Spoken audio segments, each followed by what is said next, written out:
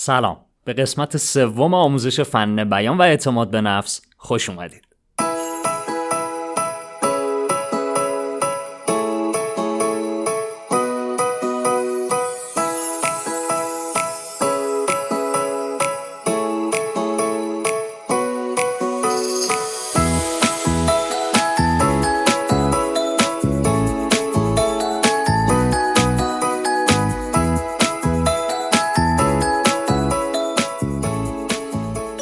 خیلی خوش اومدیم به قسمت سوم آموزش فن بیان و اعتماد به نفس. من بهامین دادرس هستم، همراه و مربی شما توی این مجموعه فایلایی که براتون آماده کردم. توی قسمت قبل ما 3 نکته در مورد مغز رو یاد گرفتیم که ستیز، گریز و انجماد بود. یه کوچولو دوباره اینجا بهتون بگم. ستیز یعنی حمله کردن، گریز یعنی فرار کردن، انجماد یعنی ثابت موندن، هیچ کاری نکردن. هیچ کاری نکردن با فرار کردن فرق میکنه دیگه. فرض بفرمایید طبق فایلی که جلسه قبل داشتیم به شما یک شیری در هزاران سال قبل حمله کرده. انسان‌های اولیه یا حمله میکردن، سنگ پرت میکردن، نیزه پرت میکردن، یا فرار میکردن، یا هیچ کاری نمیکردن، خشکشون میزد، منجمد میشدن. اینو تو شرایط به اصطلاح پیچیده و بحرانی دیدید و مغز هم توی شرایط بحرانی نمیذاره تصمیمات عاقلانه، استاندارد، ارزم به خدمت شما، با تحلیل زیاد باشه. انگاری که از یک پروتکل، از یک رویه آماده میخواد استفاده کنه که چی رو حفظ بکنه مغز؟ جلسه قبل گفتیم بقا رو. پس این جلساتی که در مورد مغز هست و شما خیلی خوب باید یاد بگیرید، چون توی بحث اعتماد به نفس، چون توی بحث فن بیان ما اینا رو نیاز داریم. اینا اگر نباشه شما اونجا هر چقدر تکنیکی یاد بگیرید، چون این 3 مدل رو نمیشناسید، چون مغز رو نمیشناسید، آب در هوا کوبیدنه. خب بریم سراغ جلسه امروز و اینکه خب ما حالا چطوری این ساختار رو کنترل بکنیم و بیاریمش رو بخش بالایی مغز که بخش تحلیل، بخش استانداردتر و عاقلانه تر و انسانی ماست. اون بخش طبق جلسه قبل حیوانی نیست که آقا من الان شما یه حیوانی رو اگر اذیت و آزار بکنی یهو دیدی حمله میکنه یا یهو میبینی فرار میکنه. خب ما میخوایم برگردیم بیایم رو ساختار انسانی که یک تصمیم عاقلانه، انسانی، آگاهانه و اخلاقی حتی بعضی جاها بگیریم. آقا من اگه تصادف کردم خب حیوانیه گفت فرمون بکشم، ولی اخلاقیه که اول میام پایین ببینم دو طرف حالشون خوبه، خودم اوکی هم، طرف مقابل خوبه، اول شرایط رو بررسی بکنم. برای این شرایط حالا ما خیلی دقیق تر در مورد فن بیان و مباحث صحبت کردن تو جمع میخوایم یاد بگیریم و صحبت بکنیم. اینو نیازش داریم. خب حالا باید چی کار بکنیم؟ آقا من الان میخوام از توی جمع بزرگی صحبت بکنم، توی فضای جدیدی صحبت بکنم. شما هم میگین تو مرحله اول من قراره که ستیز، گریز، انجماد رو داشته باشم. خب اینو چطوری مدیریتش بکنم؟ اینو چطوری هندلش بکنم؟ بهتون گفتم این کار کیه؟ کار مغزه. دلیلش چیه؟ حالا مغز پایینی دقیق تر. دلیلش چیه؟ دلیلش بقای ماه. میگه زنده بمون. من این کارا رو دارم میکنم که تو زنده بمونی، چون اگه اون لحظه تو تحلیل بخوای بکنی، فرض بفرمایید یه حادثه ترسناکی به وجود اومده و شما الان میخواین تحلیل بکنید، خب احتمال اینکه یه خسارت سنگین جانی برای شما باشه خب خیلی زیاده، دور از جون، خب خیلی زیاده. تو اون لحظه سریع باید یه واکنشی نشون داده بشه. این یکم مرور بکنیم وقتی این اتفاق افتاده. وقتی مثلا یه نفر سری در رو باز میکنه، شما مثلا نشستی تمرکز کردی، یه نفر این در رو چخ باز میکنه میاد تو، این واکنش اونجا نمیتونه تحلیل باشه که خب چه کار بکنیم، خب تو کیستی. اون لحظه که شما دارید میترسید دقیقاً مغز داره بقا رو کنترل میکنه که شاید مثلا یه لحظه روتون رو برمیگردونید اینور، یا شاید یه چیزی برداری که پرت کنی که این نکنه دوز باشه، یهو میری تو فضای دفاعی و حمله و این جنس، یا یهو خشکتون میزنی. بعضیا رو میترسونی. ما تو زمانی که دانشجو بودیم آزار من خیلی میدادم هم کلاسی ها و دوستان و خوابگاهی ها رو و میترسوندم، داشتیم تلفاتی که مثلا طرف هیچی نمیتونست بگه، انقدر ترسیده بود. یه 5 ثانیه همینجوری من داشت خوش شده نگاه میکردیم، مثلا چه کاری بود کردی، مثلا هیچی نمیتونست بگه. و این هست دیگه، این هست. حالا چطوری اینو حلش بکنیم؟ اینا رو مقدمات رو بهتون گفتم تا بریم سراغ حل مسئله. مغز از هر چیزی که نمیشناسه باهاش همین جوری برخورد میکنه. هر چیزی که برای اولین بار باشه، هیچ اطلاعاتی در موردش نداشته باشه، اصلا تو اون موقعیت قرار نگرفته باشه، ندیده باشه، تجربه نداشته باشه، با چشماش ندیده باشه، با دستش لمس نکرده باشه، با وجودش تو اون فضا نباشه، این ساختار رو داره. شما الان یه شهر جدید هم بخواید برید، اوایلی که تا اونجا رو یاد بگیرید، تا خیابونا رو یاد بگیرید، تا آدماشو بشناسید، این مکانیزمو دارید. گفتم مکانیزم برای بقای شماست. حالا ما باید مغز رو گول بزنیم یا باش همکاری کنیم.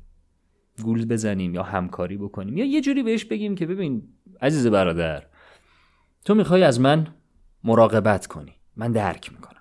تو میخوای بقای من رو حفظ بکنی، من درک میکنم. من میخوام به تو بفهمونم که قرار نیست ما از بین بریم، قرار نیست بقا زیر سوال بره. برای این کار بچه، این قسمت خیلی قسمت استراتژیک، خیلی، یعنی همین یه دونه فایل رو شما تو زندگیتون پیاده بکنید، پله های موفقیت رو خیلی راحت طی میکنید. قشنگ میفهمید باگ کجاست. خوب گوش کنید، این قسمت رو خیلی با دقت گوش کنید.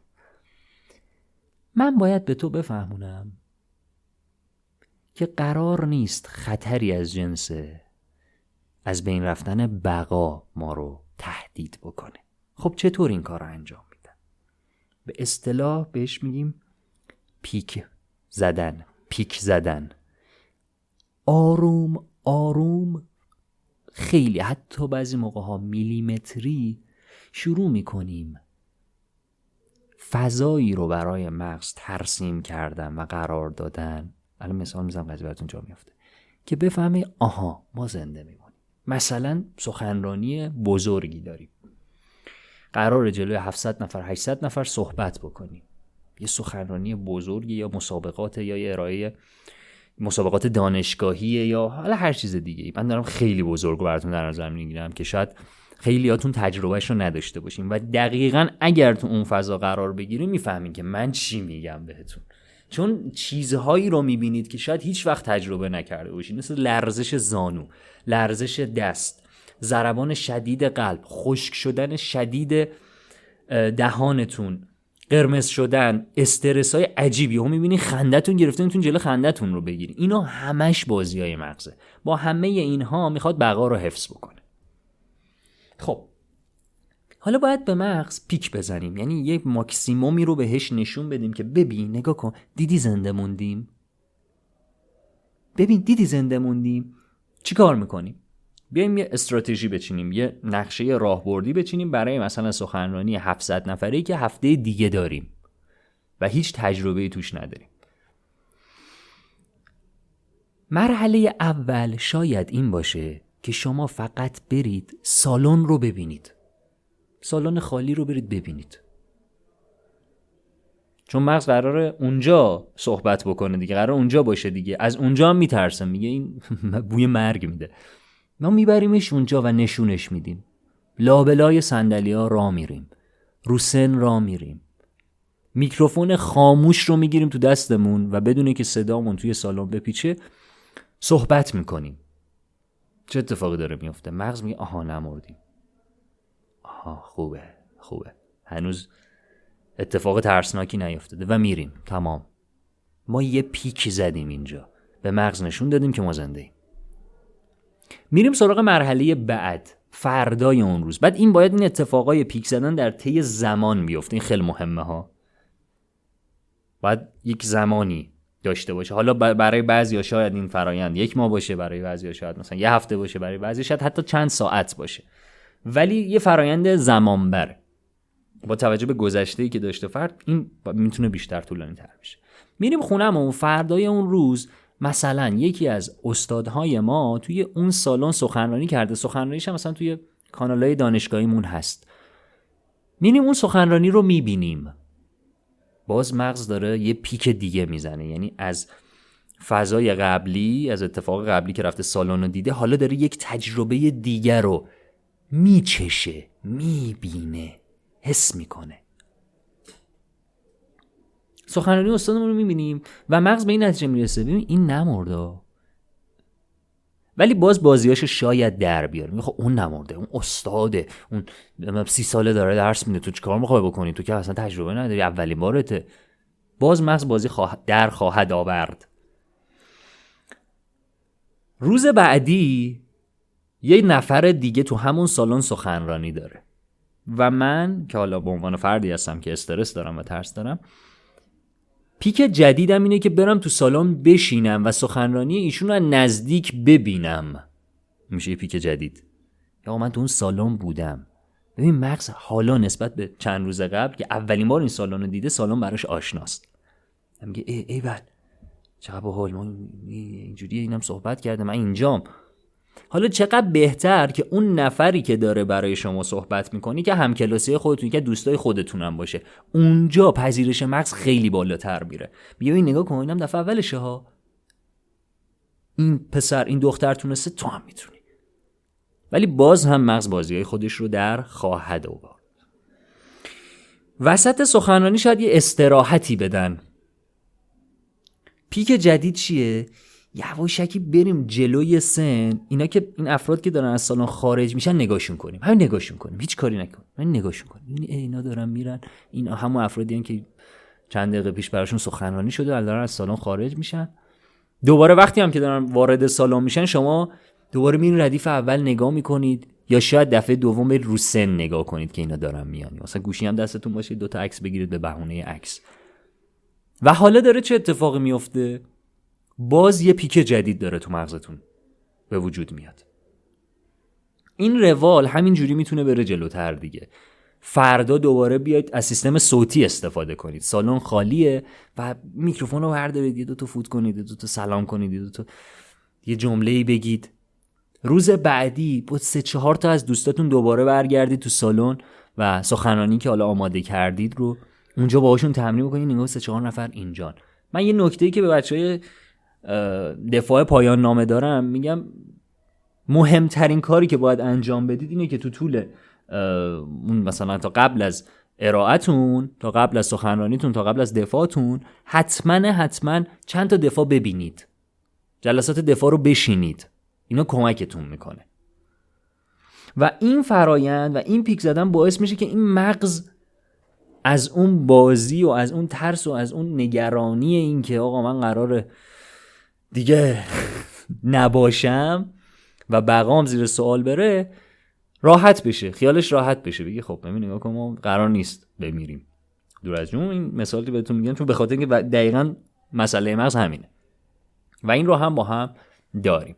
پس از این به بعد شما هر حوزه‌ای که باهاش استرس داشتید باید پیک بزنید و مغز خودتون رو باهاش درگیر بکنید، مغز خودتون رو باهاش، یعنی تو اون فضا قرار بگیرید. هر چقدر به اون فضای نزدیک بیشتر قرار بگیرید، بیشتر تو اون فضا باشید، بیشتر لمسش کنید، یا به اصطلاح بیشتر پیک بزنید، یا به اصطلاح بیشتر تاچش کنید. اینا اصطلاحات فنی NLPه. شما اون نقطه رو تاچ بکنید، احتمال اینکه موفقیتتون بره بالا بیشتر میشه و وقتی اولین بار بخواید اونجا رو ببینید مغز نمیذاره، یا خرابکاری میکنه یا خیلی براتون سخت میشه. این مدلی که دارم بهتون میگم مدلیه که برای افرادی که محافظه‌کارن، استرس دارن، خیلی میترسن، اعتماد به نفسشون پایینه، قطعا جواب میده. یه مدل دیگه هم هست، اینه که اولین بار برو سخنرانی کن، برو تو موقعیت قرار بگیر. اون یکم برای کسایی که ترسشون زیاده ممکنه براشون آسیب‌های جدی داشته باشه و دیگه زده بشن از اون به اصطلاح فرایند و اتفاق و سخنرانی یا هر چیز دیگه‌ای بوده. پس از الان یه تمرین دارید. تمرینتون اینه پیک بزنید، خودتون رو تو فضا قرار بدید، اما کوچولو کوچولو. این خیلی نکتهش مهمه، ریز ریز، میلیمتر که ما فرایند مغز رو دیگه تو این جلسه ببندیم. حالا بریم سراغ نکات بهتر، تکنیک‌های بهتر که شما وقتی چه می‌دونم تو جلسه سخنرانی اگر نکته‌ای بهتون گفته باشم اینو بدونید، این ساختار مغز رو بدونید که بدونید اونجا باید بری پیک بزنی و قضیه برات راحت تر باشه. خب خیلی ممنون که تا آخر این جلسه با من همراه بودید. اگر دوست داشتید میتونید به سایت من bahamin.ras.com هم سر بزنید. من پایین همین فایل صوتی اگر سوالی دارید براتون یه لینک گذاشتم، لطفاً سوالاتتون رو داخل سایت و داخل همون لینک ثبت بکنید که ما همه سوالات رو یک جا داشته باشیم که بتونیم دقیق‌تر مدیریتش بکنیم و پاسخ بدیم. خیلی مواظب خودتون باشین. فعلا خدا نگهدار.